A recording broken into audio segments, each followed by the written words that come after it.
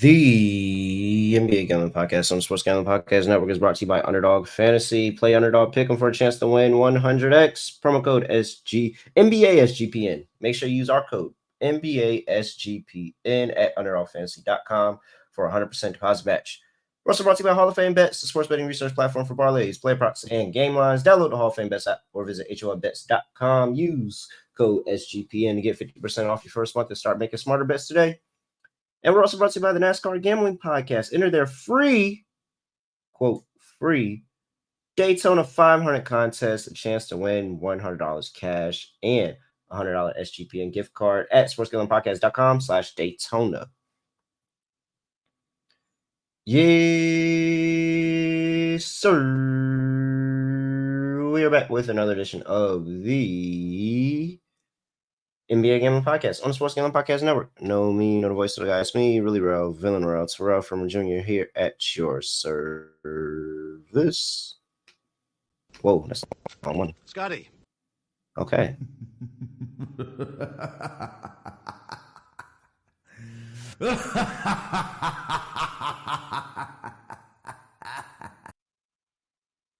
We got a push on the 223 in the Memphis and Bucks game yesterday, but that's fine.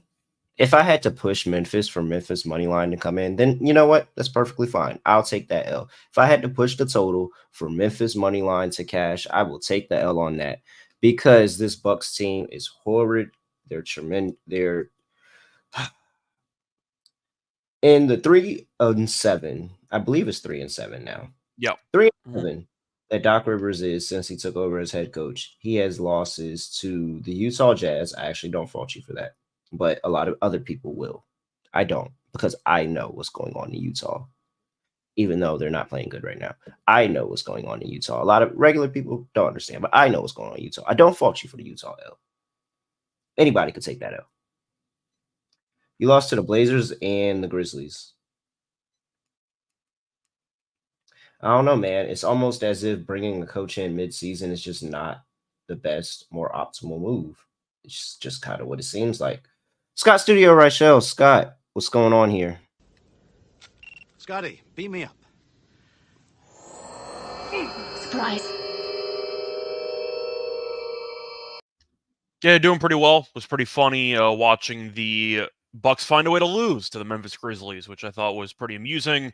The final possession sums up the entire Doc Rivers era so far with Milwaukee. You could argue it might sign up Lillard's time in Milwaukee, where he kind of dribbled into Brook Lopez, and then they had a massive scramble at the end of it. Yeah, what makes the Doc Rivers era funny, or funnier, I should say, in Milwaukee, is the fact that he said that some of his players were focusing on Cabo, or focusing on vacation, going into that final game because the All-Star break was around the corner. You know, it wasn't Doc Rivers because he's coaching during the All-Star weekend. Despite being 3-7 with the Bucks, he is the head coach for the Eastern Conference in the All-Star game. So they got to change the rule, just simply put. There's in no world should Doc Rivers be coaching this weekend, but here we are because it's already been decided with Missoula not being allowed to do it back-to-back years. Doc Rivers will be on the sidelines for this game. Probably the least deserving all-star coaching spot I've ever seen in my entire life, but here we are. So Doc Rivers not officially on vacation. Instead, he is traveling to Indiana because he's coaching all-stars when he can't even coach his own team. Just going to throw that out there. I feel like that's a good place to start. It's just no, it's nothing to add. We're not. I don't want to give Doc Rivers any more airtime on this show. It's irritating. There's no reason that it should be at this point. So we're just not going to give Doc Rivers any more airtime on the show. All right, let's talk about the reason that we are here. All-Star Weekend, and I mean, relatively for us, it's been pretty profitable the past couple of years. At least the what is it, 3 years now that I've been doing this show that we've been. I had the All-Star game MVP. I had the Celebrity Game MVP last year, so that was a good start. Yeah, very, very good start there where DK Metcalf did get it done as Celebrity Game MVP. We're going to start with that Celebrity Game. actually, and talk about MVP odds. Ooh, for celebrity game format. That's the first thing to talk about. Format this year: Team Shannon versus Team Stephen A. They are the head coaches. We have on Team Shannon, coached by Shannon Sharp and 50 Cent Curtis Jackson, for those who don't know. Now it's time for me to butcher some names here. We have Kai Sennett, the who is going to be on Team Shannon. We have Anul AA. I probably said that wrong. Connor Daly, Walker Hayes, Quincy Isaiah, Jewel Lloyd, Micah Parsons, Lily Singh, Sir, and Dylan Wang. For Team Stephen A, it is coached by Stephen A. Smith, Lil Wayne, and Asia Wilson coaching the game. Adam Blackstone, Natasha Cloud, Jennifer Hudson, Tristan Joss, AJ McLean, Kwame, Meta World Peace, Jack Ryan, CJ Stroud, and Gian Tamburi. I don't Gian Marco, whatever. I don't know how to say that. Whatever. All right. Those are your two teams. Celebrity game, MVP. Odds. We have these via. Can I say that? Can I say where I get this I don't know from? if you can. It was offshore. Yeah, offshore. Just offshore. My offshore book has this, and so the DGens that we are getting down on some celebrity game action. Scott, you already alluded to it. You had the what was it? MVP last year. DK Metcalf absolutely went crazy. Consensus MVP, and it's really not even close. CJ Stroud plus 195. Next best odds are Meta World Peace at 5-1. Micah Parsons plus 750. Jack Ryan and Tristan Joss at 10-1. Adam Blackstone at 14-1. Quincy Isaiah, Walker Hayes also there at 14-1. AJ McLean, Connor Daly both at 15-1. Jewel Lloyd, Kai Sennett, Natasha Cloud at 18-1. Dylan Wang and Gianmarco at 20-1. Kwame is at 20-1 as well. Kai Sennett being 18-1 is actually hilarious because he's literally 2 feet tall. I forgot exactly how the MVP is determined, though. Is it entirely based on fan voting? Because I know Justin Bieber won it a decade and change ago, and he really I didn't do mean, anything. And I don't remember if they changed the voting process because of that. Or it was also Kevin Hart who won it like 5 times, and and that he was didn't all do pretty much anything. fan voting. But I'm saying he didn't do anything for one of those games, and they gave it to him anyway. So I don't remember if they changed the voting process or not, but that was an issue in the past where you could just blindly bet on the fan favorite guy and you'd win automatically. But I'm pretty sure they kind of like half tilted it, so it wouldn't be that, I'd say, unworthy of an MVP winner. They tried to kind of fix it to some degree. Because I'm asking because of Kai. Because Kai has a huge following. I know you mentioned how short he is. I don't know if that matters. Do you think if he just plays in the game and fan voting is still going to be very, very influential for the winning of this award? Do you have to bet on Kai? Because all of his voters are probably going to flood the ballots to vote for him? I That's guess why I'm that's asking. that's yeah. I mean, I guess that's an angle to look at, but like he literally I might not do anything at all. Like, at least Kevin Hart can hoop. Like, at least he had dog. Did you see he has a hoop mixtape against freaking kindergartners? Yeah.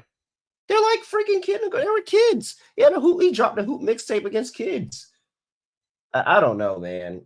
I don't know. And I mean, at the very least, yes, I get that's how the award went in the past, but the past few years with DK Metcalf, Alex Toussaint, Common, famous Los Quavo, like at least those guys, Brandon Armstrong, all those guys were actually did something in the games. That's why I'm asking, because it seems like over the last couple of years, it has shifted from being solely a popularity contest to actually being, oh, you actually did something in the game? Okay, we're going to Mhm. give you the MVP. That's why I was asking, because Kai, I don't know if he's good at basketball or not. I just think that the fans, if they still have as much influence as they used to, then he has a decent shot to win it. I don't think he's going to, because I do think, as you've mentioned, that it has pivoted recently to giving deserving players the award. So going through the actual list, I think Stroud should be the favorite. I'm sure a lot of people are aware of Stroud's pregame warmups in the NFL, where he actually shoots a basketball. He'll take out a bunch of different sports, and he kind of cross-trains, if you want to use that as a term. But I think he can play basketball. He's a great athlete. Parsons, I think, is a good athlete too, but I have no clue if he can play basketball or not. I have never seen him pick up a basketball, which is kind of the concern of picking Micah. I think Stroud's warranted as being a favorite. I'm not going to pick Meta World Peace. I just don't think that he's going to No go for a former massive. NBA player or current NBA, no former NBA player, no current WNBA player, nobody associated with the league has ever won the award.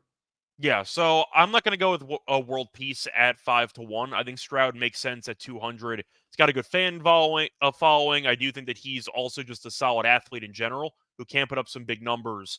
You mentioned that they have not voted for a WNBA player, but I do think there is value actually on Jewell Lloyd Good at luck. 18-1. Good luck. Jewell Lloyd doesn't give a damn. Like Jewell Good Lloyd will luck. go out there and say, like, I want to win MVP. I'm gonna try to drop 30. I think Jewell Lloyd can put up a big enough stat line to not pass the ball and to go out of her No, way she to can. try to win. But that's every WNBA player up to this Correct. point, Scott. Correct. Every But we single know Jewell WNBA though. player could go into this game and give 30. They choose not to because it's a celebrity game. They're just there to make sure that the quality of the game is not too bad, but they're not going. They purposely, the fact that no WNBA players ever won it is just telling me that they're not trying out there. They're literally just going out there having fun. They know they could kill everybody on these teams if they really wanted to. But I that's kind of can't my get thing behind. though, is that the I players in can't the get past behind tend to betting it. they kind of take it easy. Maybe I just think Jewell's wired differently. One All-Star Nope. game MVP, maybe she tries to complete the set of the Nope. MVPs and she just No tries to shot. win it. And I don't know. I'm the biggest Jewel Okay. Lloyd. No shot. No shot. I'm just saying 18-1, I just thought was pretty interesting. But I am going to go with Stroud if I had to pick. I think Stroud is worthy of being the favorite. I know it's chalky, but it's still plus 200. Give me CJ Stroud. I think he can hoop. Yeah, I mean, I feel like we have to. I feel like it's so chalk, but we feel like we have to put a bet down on Stroud just in case. Like just in case. We've seen the It's plus pregame one warm-ups ninety five. in the It's NFL. plus Guy one can ninety play five. basketball. Yeah. Yeah, it's plus 195. You don't really got to worry about, losing. You really shouldn't be betting that much on this. This is literally just for fun and just, give it a nice little come up and kind of roll it over the course of the weekend. You really don't want to go out there, put your whole bankroll on this. But CJ Stroud, I mean, he gave Amy Jaquez 40. Like, he gave Amy Jaquez 40. So I agree with Stroud. I think Parsons is a play too at plus 750. Just amazing athlete. Look at what DK was able to do last year. Like the level of athlete is just different. So I think if either one of those two get the opportunity, they clearly, clear and away, can win MVP. Jack Ryan, street baller. I hope you're familiar. He goes out and you look at his Instagram page, and he's really he's like one of those entertainers. Like he does a whole bunch of tricks with the basketball, like all these nice little spins and crazy wild shots, all that. You got to have some level of basketball if you're doing that. Like you got to have some level of basketball. He goes out there and portrays himself as like what is it? I think he's the guy he acts like he's a janitor, and then goes out there and like cooks people. So I know the professor used to do that, but I think he kind of also did the same thing. So it's yeah, the so same model. 10-1, somebody that can actually hoop. I like it. I'm not familiar with the rest of the field. I'm not going to lie here. It's a lot of names that I'm not familiar with. Some I am, some I'm not. But that's ultimately where I lie. I think one of the football players is going to take it again, and then I'll take a chance on the street baller. Yeah, this might be a potential move moving forward of just taking non-basketball great athletes to win the award, because I'm sure they played it in high school and they probably played a little bit of it in college to some degree. Worked out last year. I think Metcalf was like 6-1 or 9-1. I don't remember the exact price, but that was really never in doubt. I really think it was like 7-1. Yeah, But it was like somewhere in there. it's somewhere close to where Mike Parsons is, and it was like, oh man, well, that's a pretty solid price. Yeah, it worked out, but I do think that taking an athlete, a professional athlete's probably the move moving forward. So I am going with Stroud. Parsons, I don't know enough about him in basketball, but I don't hate it because I do think that come on, he's yeah, I an know. athlete. That's what I'm saying. He's an athlete. He's an athletic freak. Like if he has any basketball talent, it'll show in this matchup. But yeah, I just think it's going to be relatively chalky. It sounds like we are picking one of the favorites to actually win this MVP. I'm going to throw in Jewel Lloyd for the hell of it because I think she can be that type of person who would try to drop 30 in a game. I'm leaving her with something type of mentality, but I think I'm mostly going to go with the chalk. Oh, no way. I'm taking Jewel. No way. Gotta prove it to me. All right. Tristan T22. Man, what is that? T22? I'm gonna just say T22 Tokes. Yeah. I'm just gonna call him Said Tokes. Tristan Joss is a YouTuber, pretty good at trick shots and stuff, has a pretty big fan base. Let's look at wow, 125,000 followers on X, 2 million on YouTube. I mean on Instagram. God dang, 5 million subscribers on YouTube. Oh, if we're talking about YouTubers, let's look up this guy. Let me see. What's he doing? Oh, yeah, he does do like these crazy trick shots. He just like bounced off a pole and threw the ball. I wonder how many times it took him to do this. Oh, yeah. Oh, he might be something straight, Scott. Okay. I just feel like if you're doing trick shots, you have some level. You got to have some level of basketball skill, right? He is 16 to 1. 16 to 1. 16 to 1. All right, I'll add one more with him up there. Let me see. I'm not going to add him, but I'm rooting for you. I mean, he can. Is that a dunk? Yeah, it's a dunk. Or is that his man's? Oh no, that was Matt McClung. Oh wait, he's been practicing dunk contests with Matt McClung. Oh yeah, okay. Let me take him. That's Matt McClung. He just took a Oh, he's at the All-Star game and he took a trick shot from the top of Lucas Oil and made it. I don't know what's to read from trick shots in terms of actual basketball talent because, like, I don't know. Hey, it man. takes time and there's some skill, I guess, but I don't know. Hey man, if he hits from half court or hits one of the hits a bunch of the long shots, he might I just don't know why you would take any of those long shots. It's a celebrity game. Like I don't. And if he has a following, then it might work. He looks short. But he looks horribly short though, like horribly short. Him and Kai are going to battle it out 1-on-1 for the following MVP midway. That's what it sounds like. So, they'll probably be streaming. They're probably streaming live during the game. Well, I don't know if they can do that. There's probably some rules against that. All right, I'm over that. Okay, that was fun. I enjoy the All-Star talk every year because it's just like a nice breath of fresh air after talking about the seriousness of the season the whole time. But before we get to the rest of All-Star Weekend, I got to talk to you about Daytona 500. Rev those engines up for NASCAR is back, and Rod and Cody have everything you need from trucks to cups to IndyCar to F1. And I'm telling you, these guys, look, they know their stuff, man. What was it? Was it Clash at the Castle?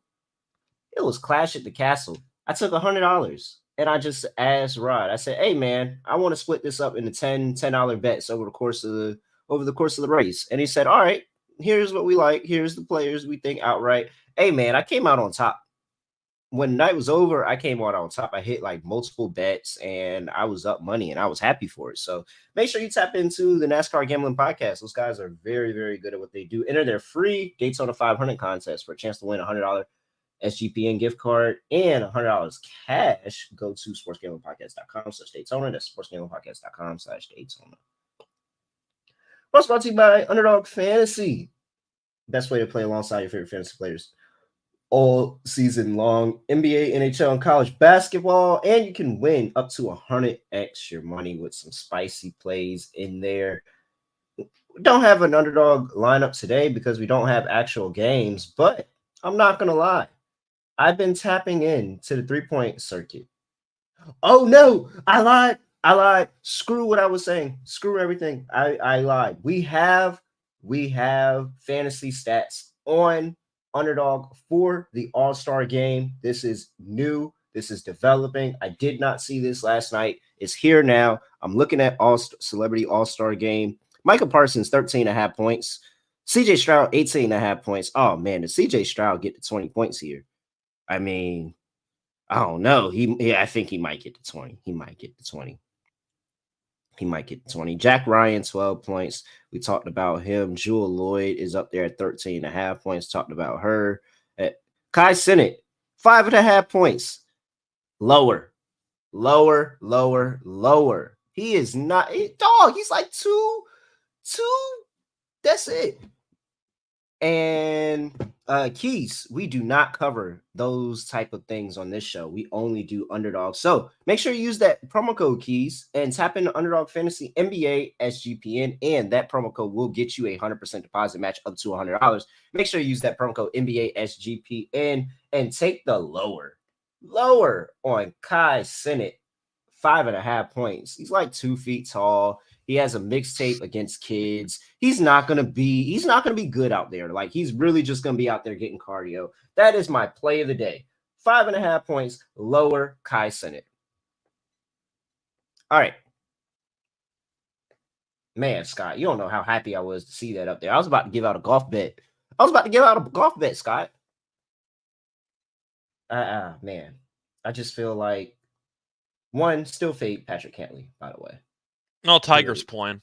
I wouldn't take his unders for Tiger because I know he had back spasms in round 1, but you could still bet on Tiger if you want to.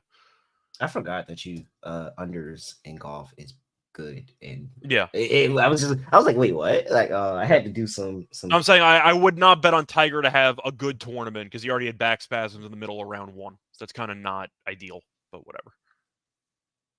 Kai, there's been sharp money moves on Kai under, by the way. It was at 8.5 yesterday. Now it's at 5.5. So. It's still too high. I think he's got one basket in him. I truly do. I think he's got one basket in him, and that's maybe a foul. And I feel like Kai is not going to take it seriously. I feel like he's going to be trying to do a bunch of viral moments in the game. Like, he's focused on the marketing. Shot. That lower is, I'm playing that. That lower is gonna cash. It's gonna cash. I heard somebody say that Kai's content was IRL iCarly, and it's one of the funniest things I've heard for like an entire month. I thought that was a phenomenal joke. iCarly is the original streamer. All these people wanted to be iCarly. Somebody said Kai was IRL iCarly, and I was laughing for a while. I thought that was hilarious. But all right, let's see here. Next up, Rising Stars Challenge. Yeah, Rising Stars Challenge, where this format changes every year, so it's like you got to make sure you stay on your toes because they're constantly trying to find ways to make this a very, very interesting event. But here we are. It's tournament style yet again. And I think it's like a 3-game mini tournament. And so here you are. You have in the first semifinals, it's going to be Team Jalen versus Team Tamika, Team Detlef versus Team Paul. And on Team Powell, you have, Victor Wembanyama, Brandon Miller, Brandon Podziemski, Jaime Jaquez Jr. Wait, hold up. Who stacked these teams? Yeah, that was my thoughts too. Yeah. Jabari Smith Jr., Kaysen Wallace, Bial Kubali. Who made that team? What in the world? Team Tamika, Paolo Banchero, Jaden Ivey, Jalen Duren, Kenyon Murray, Scoot Henderson, Keontae George. Dyson Daniels is injured. He's being replaced by Vince Williams Jr., VCU. That's a pretty solid squad, too. Not going to lie there. Okay. Team Jalen, Chet Holmgren, Jalen Williams, J-Dub, Ben Matherin, Shadian Sharp is injured. He's replaced by Jeremy Sohan, Derek Lively II, Jordan Hawkins, and Walker Kessler. All right, that's okay. And for Team Detlef, this is the G League team, I'm pretty sure. Yep. Imani Bates, Ron Holland, Mac McClung is actually playing in the game. He's got to play in something, I guess. So Alondes Williams, Tyler Smith, Matis Bazeli, and Izan Almansa. All right. Well, for obvious reasons, Team Powell is the favorite at plus 145. Team Tamika is right behind them at plus 240. Team Jalen at Team Jalen is second at plus 220. Team Tamika is at plus 240, and Team Detlef is at plus 650. Are we just Xing out the G League team from consideration? Because I'm sorry, but the two NBA teams, first of all, one of the teams has an all-star. Let's just start there. One of these teams has an all-star. I mean, I don't even know. I'm just looking at the roster here for the G League squad. McClung's not a real player. They just threw him in there because he's in the dunk contest and they want him to play in something, but he can't actually make it into the NBA. So I'm not going to pick him. Amani Bates could potentially try to carry the team, so we'll see what happens. I think he will. If they're going to win this thing, Bates is winning MVP, just to be clear. But I'm not going to pick this team. I don't think they have enough firepower. So I think that Detlef should be last, and I'm not picking them. They're last by a decent margin. So I'll pass on them. Powell, of course, should be the favorites because Wemby's the best player here, and you're looking at the rest of the team. I mean, Brandon Miller is still very good. Kaysen we like a lot. Jabari Smith I'm not the biggest fan of, but he's still obviously a former top 3 pick. Pajemski's solid. Jaquez I like. This roster is loaded. Like, I don't see many weaknesses in this Team Powell roster, so I think they're going to have to be my pick. The question is, do I want to make a case for Jalen or for Tamika? I think Tamika's a pretty decent sleeper team based on the value. Like, Jalen I like. Team Jalen. I'll say Jalen I like because they have Jalen Williams and Chet. I get all that. But the odd differential between Jalen and between Tamika is basically the same. I think Tamika's roster is slightly better, in my opinion. With Paulo, you have Scoot, who I know has had a bit of an underwhelming rookie season, but the talent is there. Ivy's been really good for the last couple of weeks. Jalen Duren's going to get you some rebounds. We saw Keontae at 9 threes last night. Vince Williams is pretty good. I think my order of bets would have to be on Team Powell 1, Tamika 2nd, Jalen 3rd, G League 4th. Are we on the same page there for power rankings? Yeah, except I'm not going chalk. I'm going Team Tamika as my pick. Okay. I'm just gonna fade. I'm gonna fade the chalk, and I'm gonna sit there because I really like Tamika. I really like Tamika's team. And shout out to Tamika Catchings. Like, just shout out to her in the WNBA. And so, but ultimately, they have an all-star. They have an all-star. Like, of all these people, there is one all-star, and that's Paolo Banchero. And so, do they do something along the lines of not really going to play, or I'm going to take my chance? Give me Team Tamika. I'm trying to remember the last year wrong. Alvarado won MVP, I think, last year. I didn't even know they had an MVP. I think Alvarado won it last year, so it might not be a high-profile player. It might be. Like, if Tamika wins, it's probably going to be Paulo, like, for example. But, yeah, it's not a guarantee. There are no MVP award odds that I saw for the Rising Stars. But I do agree with you about the top 2 picks. It's Tamika and Powell. And Tamika's probably the best value play on the board. But I think probably you're looking at those 2 in the final, if I had to guess. All right. Yeah, and because they don't meet up with each other, they don't play in the first round. So yeah, I assume they're going to be in the final. All right, I think those are the 2 picks for sure. Yep. Okay. Skills challenge. I mean, any thoughts? About the skills challenge? Team Giannis isn't playing this year.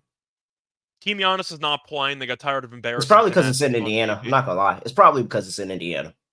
Oh, Team Giannis saying that it was in Indiana was like, yeah, we're good on the skills challenge this year, guys.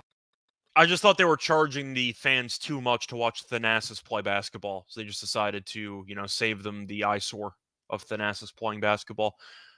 For skills challenge, I think I'm just going to take Team Pacers at plus 210, give or take. You make an argument that it's an obstacle course. You can kind of pick however you want to go about it, but I know the home team fans have done well in the past. So I'm going to lean to Team Pacers. And Darius Garland, Evan Mobley, and Jared Allen, I think it was, they had really good chemistry, like, especially with the passing challenge, because the passing challenge, you got to, like, all right, I know I'm going to this spot, and I know I'm going to this spot. You got to constantly get that rotating motion going, and a lot of people that just kind of met together that day or that weekend that haven't been together really don't get that chemistry figured out. So, yeah, it's clearly Team Pacers here. Nothing to talk about. Team Pacers at, what was the price again? I saw 210, but you can probably shop around and find a better one. Yeah, it's plus 230 now. So, okay.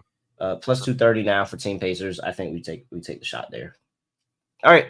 Before we get to the next part of the weekend that we're talking about, I got to talk to you about Hall of Fame Bets, the sports betting analytics platform for parlays, playing props, and game lines. Research everything in NBA and soccer with historical stats and data. Plus, utilize the revolutionary parlay optimizer tool that will break everything down by leg, give you the expected probability for the entire parlay, and sort all your players by hit rate. So, Stop betting in the dark. Join your over 30,000 users researching with Hall of Fame bets. Download Hall of Fame bets app or visit HOFBets.com. Use code SGPN to get 50% off your first month and start researching, start winning with Hall of Fame bets. All right.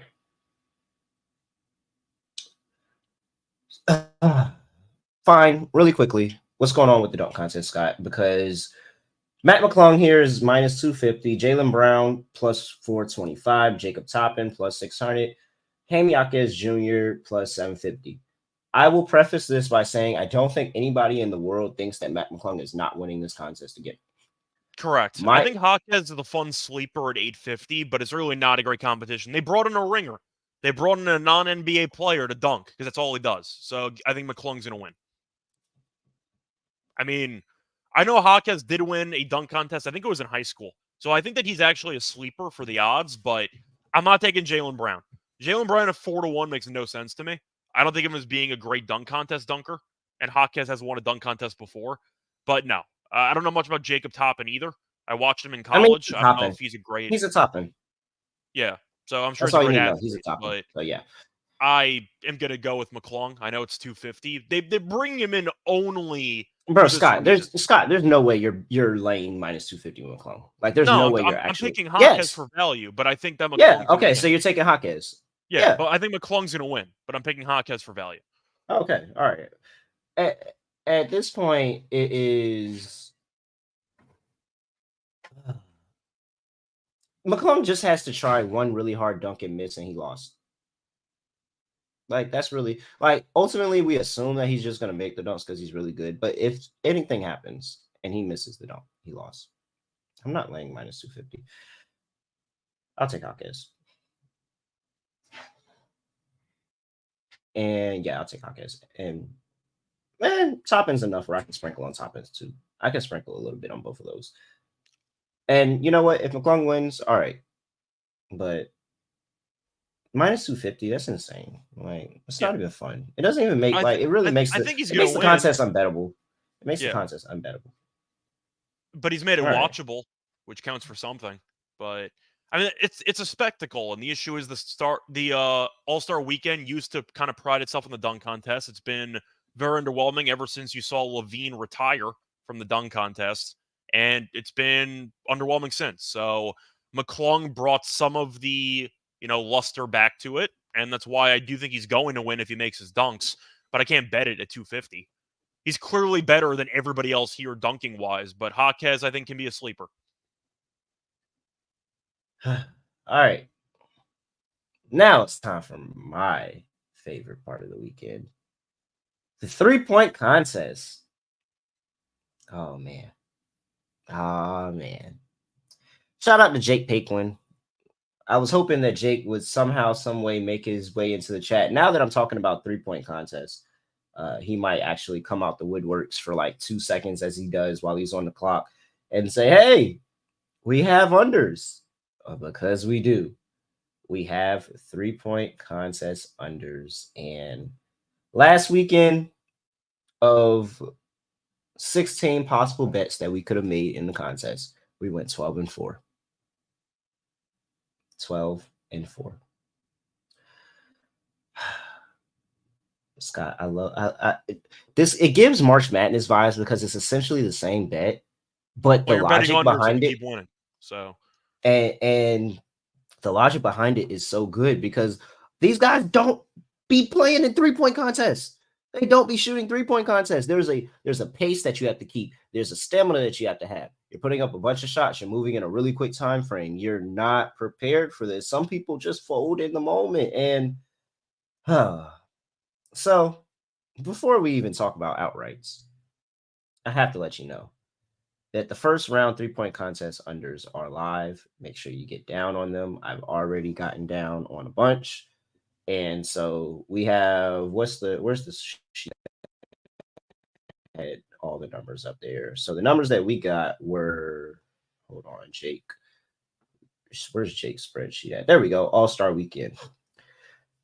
Malik Beasley at 22.5. Jalen Brunson at 21.5. Tyrese Halliburton, 22.5. Damian Lillard at 23.5. Lauri Markkanen at 20.5. Donovan Mitchell at 19.5. Karl Anthony Towns at 21.5. And Trae Young at 21.5. Again, On just those 8, we went 6-2 last year. If they add the money ball rack and how many money balls you get, typically the money balls are listed at 3.5 for everybody, and they just give different juice prices. Take the under on every single one. Went 6-2 in the money ball racks 2 in the first round. Very, very profitable year last year in this event. So that's the first preface. Make sure that if you get the odds available, you take the unders in the first round of the 3-point contest. Now we can talk about outright, Scott. Damian Lillard is at plus 410. Tyrese Halliburton is at plus 450. Trae Young is at plus 550. Malik Beasley is at plus 650. Lauri Markkanen, 7-1. Karl-Anthony Towns, former 3-point contest winner, 7-1. Donovan Mitchell, plus 750. And Jalen Brunson at plus 750 as well. Good luck on me not putting a bet down on Jalen Brunson to get this done. I'm just concerned if his actual shooting form is going to give him enough time to pace himself throughout the entire... Everybody said that about Tyrese Halliburton, and he won. Halliburton did not win. Oh, well, he had that crazy first round. He had a crazy first round. He didn't win. But yes, okay. He was solid. But I'm just bringing it up because that's also an issue. It's about the actual pacing, as you said before, which is why Brunson, I don't think he's going to actually do well in his first 3-point contest. I don't believe he's ever done it before. So I think he's going to struggle. No, he hasn't. So there's only 2 people that have not done the 3-point contest in this field on the NBA level, and that is Malik Beasley and Jalen Brunson. Beasley, I'm not going to take either. I think that he's a great 3-point shooter, but with him not doing it before, I'm not picking you to just show up and win the event. I just don't think it's going to happen. Halliburton has the home country, the home fans in his favor, but I'm not going to pick him either. Dame, I get why he's the favorite. I think he won it last year. I don't think he's going to win it, but I can understand why he's the favorite for it. So I'm kind of starting to run out of names. I'm not picking Trae because Trae from 3-point line has been terrible this year. So I'm just not going to pick him. I'm looking at Cat because he has won it before, and I do think that he's in line for a good showing. So I am going to lean to Cat there. And I think there's some value on Mitchell at 7-1 to get it done here. I know he's never won. I believe he's participated before, but I think those are my 2 picks. Nothing really that strong. It's about which good shooter gets hot at the right time. But I am going to lean to Cat, and I am going to lean to Mitchell as my 2 picks. I saw Tyrese Halliburton's first round last year because I bet on the under, and he was one of the 2 bets that went soaring over 31-point first round. Yeah. If he catches fire, he's going on. And I would say that his shooting is better this year compared to last year. I think that now this is his 2nd year in the event. He had that first time jitters, got that out the way, had an amazing score, kind of died off in the 2nd round a little bit. But yeah, I'm going Tyrese Halliburton at plus 450. And Jalen Brunson, and then give me a sprinkle on Lauri Markkanen. I think Lauri Markkanen can actually come in and surprise. He doesn't have the pressure of Holton's Utah on his back this year that everybody – I mean, really, I'm Tyrese Halliburton, but how many times do we see the hometown guy actually win the event? I actually would like to go back and look at that. I don't know how many times we've seen the hometown. It does not happen that often, if ever. So Lauri Markkanen, 7-1, Jalen Brunson plus 750 because he's just on a revenge tour this year. So, of course, I'm going to bet Jalen Brunson and Tyrese Halliburton plus 450. I like those. All right. Let's see here. Anybody break the single round record 32 plus 370? Oh, that's not enough. I don't care about that. All right. Let's focus on the other 3-point contest that's going on. Sabrina Ionescu. The odds are tanking. She was plus 200 when I talked about it on the Mothership Pod yesterday. No, 2 days ago.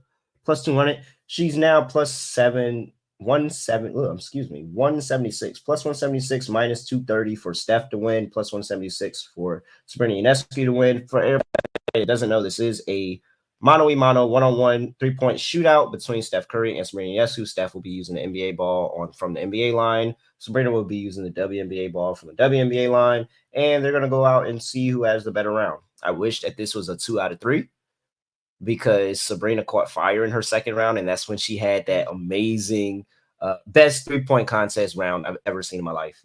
By far, not even close. And so I'm backing her again because everybody's going to assume it's Steph. And I you and I both know how Sabrina gets down. I see a 2-1 available still offshore. I'm taking Sabrina. I think that there's no value on Steph at all. If Sabrina was using an NBA ball from the three-point line, sure. Like, I'd consider taking Steph, but I know Ionescu can completely dominate this competition because we saw it. It was the best three-point round in the history of the three-point contest. I'm not going to go against her shooting the way that she normally does with a smaller basketball and a closer three-point line at 2-1. And she It's an asked for the absolute NBA bargain. line. She said, "I will shoot from the NBA line. Like, don't give me the WNBA line." That's She my point, asked. though. She She said, asked for "Like, it. how They do you didn't give it fade to her. somebody? How do you fade her?" And she asked for the NBA line. Like, come I on, just don't know there's where no the way. value is with Steph. The argument would be, I mean, there's going to be a lot of misogynistic angles against Sabrina, but she's using a smaller basketball with a shorter three-point line. So I got to factor that in. Like, I just think Steph, once again, is a great shooter, obviously. Has he been a great... Well, first of all, there's a charity component with Steph that has not gone well in the past, which I'm not really going to bring up, but still. I do think I'm looking at a spot where, you remember the half-court shots where Steph couldn't make a shot for charity? Oh, really? Oh, Yeah. yeah. When he kept missing, like, and they He kept kept giving him missing. I was another like, one. He so kept people missing. make the joke that Steph hates charity, which I do find pretty funny, but I do think Ionescu has value. I'm not going to pick Steph here. They're basically having two separate contests against each other, where Sabrina's using her usual basketball closer to the rim, and Steph's playing his normal distance here. So it's not like one player has a unique, advantage over the other because they're going to be shooting their normal distances. So there's not any adjustment period for Sabrina. I'll take Sabrina at 2-1. I just think there's value on it. All right. Um. I do see some props though in that contest if you want to talk about it. Looking at some books here, these are legal but in Jersey, so they're not available by me. But if you want to go for the Sabrina and sorry, just pulling it up here. Sabrina's score in the round over under 20.5. The over is minus Under. 130. The under is even money. Curry's line is at 24.5. Oh, The over's minus 110. The under's minus 120. Both players combined 45.5. The under's minus 130. The over's even money. under. That's what I got. Take under on everything. Dog. First of all, they're playing in a football stadium. Domes have made it to our sport, Scott. Yeah. These filthy, stinking domes that they use around here and trying to take over. First, they started with college football. They're doing it with the NFL. And now they're over here trying to bring it to the NBA, having us play these games in these football domes. I hate domes. Dome football is terrible. And, Well, isn't that what they and do for? so Isn't that what we're they do for taking March the Madness under. though? Huh? Isn't March Madness in some football stadiums on occasion because they have the Yes. built-in raised Yes. up platform? The Final Four. Final Yeah. Four. It's always in a football dome so that they can pack more fans in there. It's horrible. Horrible for the sport. Shout out to Kobe Dad. And I am with him against domes. We hate domes. And so, yeah. I don't mind domes in college basketball because every game's played with a roof, so I don't think it matters. For football, I can understand, but for basketball, who cares? No, It man, it doesn't mean doesn't anything matter. to me. It doesn't matter, man. It's a dome. It's the principle. It's the Okay. principle of the domes. Would you rather them be playing basketball like on the Navy They should be ship? playing outside in Rucker Park. That's where they should have All-Star Well, Weekend. They that's the should have one All-Star Weekend college in Rucker game Park. every year. You have these two top 25 programs lining up in a Navy ship, and the On game an goes aircraft under every carrier. single year. But yeah, you could have the Navy ship game if you want to do it that way. But That's how it should be. That's how it should be. Basketball was meant to be played in gyms, not domes. In gyms. Give me a gym. Let's go play in St. John's gym. You want to play in a gym? Let's go play in St. John's gym. That's a real gym, people, where you got to stand on the side underneath the basket because the bleachers are so full and you're trying to watch the game. And you're sitting next to the photographers trying to take a picture underneath the basket and everybody moves out the way when a player comes charging that way. Yes, that's the culture that we need here. Absolutely. I would keep it local personally. I would probably put it in one of the local colleges in Indiana. Put it in Butler's home stadium. Put it in Hinkle Fieldhouse. Let's have some fun. Embrace the college arenas near the NBA arena. Yeah, That's my absolutely. stance. I love it. All right. All-Star game MVP. The West is favored by 3, minus 148 on the money line. East is plus 126. Total is at 236, 264 and a half. I'm sorry, 364 and a half. I'm sorry, 364 and a half is total. For MVP, we have, whenever I can get those odds to pop back up for me. There we go. All-Star Game MVP. Giannis is the favorite at 6-1. Then LeBron James at 7-1. Steph Curry at 8-1. I'm actually confused at how they're always the top 3 every year, even though it's minimal effort from those 3, except when Steph just feels like he caught fire from 3 and then he'll try. But like otherwise, it's minimal effort from all of those guys. I'm trying to Anthony remember Edwards, though. Last year was the trap line for Giannis where he was clearly injured and everyone was betting him anyway, and we thought he might play for 5 minutes. That was Giannis last year who barely played? Yep. Okay. Making sure. Sorry. You can continue. All right. Anthony Edwards, Jason Tatum, 9-1. Kevin Durant, 10-1. Dame Lillard and Tyrese Halliburton, 11-1. Devin Booker is 12-1. SGA is 15-1. Luka Doncic is 19-1. 20-1 for Donovan Mitchell. Jalen Brunson at 32-1. Anthony Davis at 38-1. Paul George at 41-1. Jaylen Brown and Nikola Jokic at 50-1. Kawhi Leonard 55-1. Tyrese Maxey 75-1. Karl Anthony Towns 85-1. And then we're getting into the crazy tier of Trae Young, Bam Adebayo, Paolo Banchero, and Scotty Barnes, ranging from 110-1 to 250-1. I can't believe Sabonis isn't an all-star. What a joke. Okay, anyway. We're picking a starter, right? We're not picking a bench player. We're going to start there? No, I'm picking a bench player. You are? Okay. Because I don't remember the last time a bench player's actually won this award.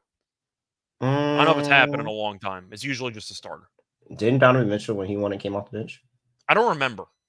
Like, I thought maybe Westbrook might have come off the bench in one of them, but I'm not sure. But I don't think it's been recent. I think it's usually a starter. By the way, just for the actual let's see here. All-Star Game MVP. Jason Tatum, was it last year? He probably was a starter. Steph, was it that year? He was a starter. You have Steph's not coming off the bench. Yeah, well, he's coming off the bench this year. Yeah. Giannis, Kawhi, Kevin Durant, LeBron James, Anthony Davis, and then you have the Russell Westbrooks of the Oklahoma City Thunder. So I'd have to go back a lot of starters and check, but it sounds like at least starters. From those names, it sounds like all those guys were starters. Are we picking the West because Doc Rivers is coaching the East? It feels like that's too easy. I might just like the West. Honestly, I think the East are gonna try harder because the West is full of a bunch of old guys that really don't care. And Jokic is in the West. So you're already down a body. Yeah, but the East is Scotty Barnes. No, I'm joking. I think you're looking at what should be a pretty fun matchup. I'm going to lean West to win the game. The issue you have with MVP is that Tatum was trying so hard last year to score 50 points. Is Tatum just going to try to stat pad? This award usually comes down to which player cares more and just tries to pad their numbers. Is Tatum going to try to do it again, or is he just satisfied with the 150 piece? I mean, you can try. I'm not going to bet it, but I mean, I guess he could. Ultimately, what comes to it is that I go ahead and I X out all the old guys. I'm not taking any of the old guys. They don't care enough. And it literally takes a Steph Curry that just finds fire. He didn't have to do much. All he had to do was just flick the ball up and it went in the rim. And so other than that, Giannis, LeBron, I don't expect them to play that much. Steph, we'll see. He's been on fire crazy, but I'm not taking a chance. Kevin Durant, no shot. Dame Lillard could be interesting just because of like an ownership, like a one-up, trying to one-up the West, and I'm in the East now, I'm about to cook in the game, like possibly, but that's really the only old guy I take. I'm not interested in any of the old guys. I'm not gonna lie. I don't think that they're gonna try that hard. Are we taking Halliburton blindly because he's the hometown guy? I think it's a good angle. I think it is too. I think Dame triggers me just because he's going up against the West, and if this was the where you select your team format with the team captains and everybody's mixed up, then okay. But now he's going against all those guys he saw in the West for so many years. And you're telling me that Dame might not, like, he could literally do to Steph, oh, I just caught fire from three and put up a bunch of threes and my points went up like that. Like, it could really happen for Dame. And he's been really, really bad. Well, not really, really bad, but he's left more to be desired. Let's say that. He's left more to be desired in the regular season. And so We'll put it this way. Bucks fans so far this season can't stand him. Let's put it that way. I mean, Doc Rivers is his head coach. So, I mean, that could be a good handicap. That could be a bad handicap. Doc could be like, oh, yeah, I'm going to let my guy get some more time. Or, hey, I'm going to sit my guy because we're talking about afterwards. Yeah. Hey, shout out. First of all, change your name back, sir. Change your fucking name back. But shout out to my guy, Ray. He's talking about the Halliburton minutes restriction. Yeah. They could be like, hey, my guy's still on a minute restriction. I don't know if you need to be playing him all that time. So for me, as I look down the odds, the first name that I get to that I'm actually willing to bet is Dame Lillard at 11-1. He's got a chip on his shoulder. People think he's the least deserving All-Star since Andrew Wiggins. So yeah, I agree. I think Jalen Brunson should have been a starter over. I think we all think which brings me to my second bet. Jalen Brunson at 32-1. Because it's revenge season, and Jalen Brunson is good enough that if he comes off the bench and he's cooking, then he's gonna be ready. So I split up a quarter unit on Jalen Brunson as well at 32-1. Okay, so I do want to ask you though. The more that I actually look at it, the more I might actually be leaning to the East. I thought it was going to be sold in the West, but looking at the lineups here, with LeBron, bro, I really think the East is better. It's LeBron, Durant, Jokic, Doncic, and Shea. And I know the defense is optional, but those first four guys with their age are not going to try to guard a soul. So yep. I think you're probably looking at an up-tempo game, which does not go well for Jokic or Luka, in my opinion, or LeBron, who's older, or Durant. So, yeah, it probably benefits the East. I'm going to ask you this, though. Do you want to go by – if you think the East wins the All-Star game, you're picking Lillard and you're picking Brunson, correct? Yep. Yes. If the West 2 players from the East and 2 players from the West. If the West wins, I'm assuming you're picking Shea. Because he might drop 100%. 35. He was the number one. He was my number one play for the West. Shea at 15-1. I think, and it's just the fact of look who's on the West roster.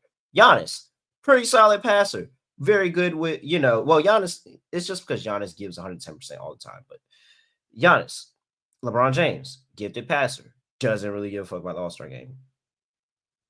Jokic, gifted passer, doesn't give a fuck. Jokic cares less than everybody else here combined. He doesn't give a fuck about the All-Star game.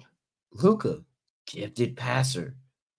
Have we seen Luka really give a fuck about the All-Star game either? No. Because you have to run. Luka doesn't want to run. It's Shea. Shea's literally going to score every point for that starting unit. I think it's Shea anyway, because he's just going to keep attacking the rim and nobody's going to try to block him. So I think Shea's just going to get a lot of uncontested layups. I really think Shea's going to win. Like if they win, it's going to be Shea. That's my question though. If you want to ignore Shea for a second, Curry's the third lowest odds, and that makes no sense for me because he's a bench player. But you can argue that if he catches fire, he catches fire. Are you picking anybody else from the West? Because in the starting lineup, it seems like we're not sold on those guys. Devin Booker. It's the only other person I'm interested in at 12-1. I don't know how he has a least price than SGA. That makes no sense to me at all whatsoever, but that just tells me that I have value on SGA, and I just really put more on SGA than I did Booker. But I went with Booker and SGA as my 2 players from the West that I think if the West wins, those 2 will probably be MVP. But I really do think that it's the East, and it would be so poetic for it to be Dame with the Doc Rivers thing, with the move to the Bucks, and everybody talking about how Dame's been. But Brunson is just a fun play that I think Brunson is going to be maybe in just our neck of the woods, but he's the play that everybody wants to win. Like everybody wants to see Brunson do well in this. I do want to ask you though, in order to win MVP when the total probably breaks the 300s, how many points? What's the minimum number of points the MVP needs to score? 30. 35? 30? 30. You're going 30 flat? Yeah. Okay. Yeah, gotta have at least 30. I don't know. I mean, let's look at I mean, Tatum at 50 and change. I know Steph had 50 and change, but they lost. But Steph had 50. But I think the MVP probably scores north of 35. So if you want to break that down accordingly, then you can probably pick your guys. Like Ant, for example, I don't know if he's going to care enough to score 35 or 40. It's kind of my point. So I actually wanted to play Ant, but his price is just too short. Like he's not even 10-1. I'm not. Why am I playing an All-Star MVP? I'm not even in a 10-1 price. I found a 14-1 on Ant offshore, but okay. Well, we can talk about that offline because I'll play a 14-1 on Ant. Like I think Ant is one of those guys that he'll actually go out there and try. I pivoted on my stance on Ant over the past few years that he really didn't care about basketball. He was just kind of doing this because it was a hobby. Nah, he actually really serious about it. It's kind of my point, though, with the amount of points you expect the MVP to score. Do I expect Durant to try enough to play enough minutes to score 40? Probably not. Luka, no. LeBron, I mean, maybe, but probably not. Like, that's what I'm kind of saying. Like, I'm trying to think of who can I see realistically scoring 35 plus. Shea's an obvious yes. Giannis is an obvious yes. I think that Tatum's an obvious yes because he tried so hard last year to score 50. So I know that he has a try-hard mentality in these games. Not many. That's kind of my point. Yeah. But yeah. All right. So what was your official plays for that? All right. So my picks for the All-Star MVP, I am going to go with Shea. I think I have to at 7-1. I think I am going to go with Giannis at 650 just because he tries so hard and he's going to get a bunch of free dunks. So I think Giannis is worth taking as well. So I'm going to go with the two favorites there. I am going to take Tatum at 10-1 because I think he might just try to score 40 plus again.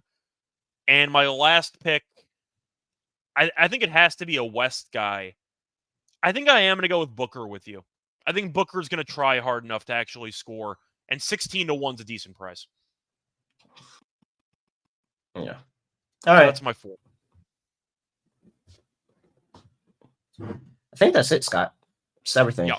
We've gone through it. It's another great All-Star weekend. Just a fun episode, very lighthearted and a lot of fun. Hope people, if you go out there and play, you win a couple bets. When you're not going out here trying to break the bank or anything, but just fun plays. Like betting doesn't always have to be all really serious, and I got to do all this. My ROI and freaking percentage is this good. I'm not making stupid bets. No, just go have fun, dog. You just had the Super Bowl. That's like the most fun betting you can do. Now it's All-Star Weekend, which is like third or fourth most fun betting you can do because March Madness maybe first. Yeah, it's like third or fourth, somewhere around there. We could actually have a conversation. It's probably the most fun exhibition betting you can have all season, all year. Yeah. I mean, that's all. I like that. Great point. Most fun exhibition betting you can have all season. All right. Anything else for people before we get up out of here? Oh no. Well, I could low key drop an underdog lineup real quick. You want to do underdog? All right, let's do it. We could do one because they have 3. Honestly, truly, like they have the money balls made on underdog as well. So let's just fade the 3-point contest on underdog. Well, I also want to throw in Kai under for the jokes in the celebrity game. For sure. Okay. So I want multiple events. I don't just want the 3-point contest. So Kai, lower 5 points.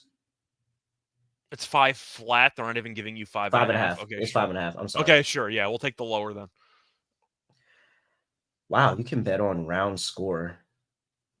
Somehow, round one score for round one score. So if he gets a 50 on the first dunk, he'd have to get a 44 and a 94.5 for Jaylen Brown on that round one score. I can't imagine him being a good dunk contest dunker. I just don't see it.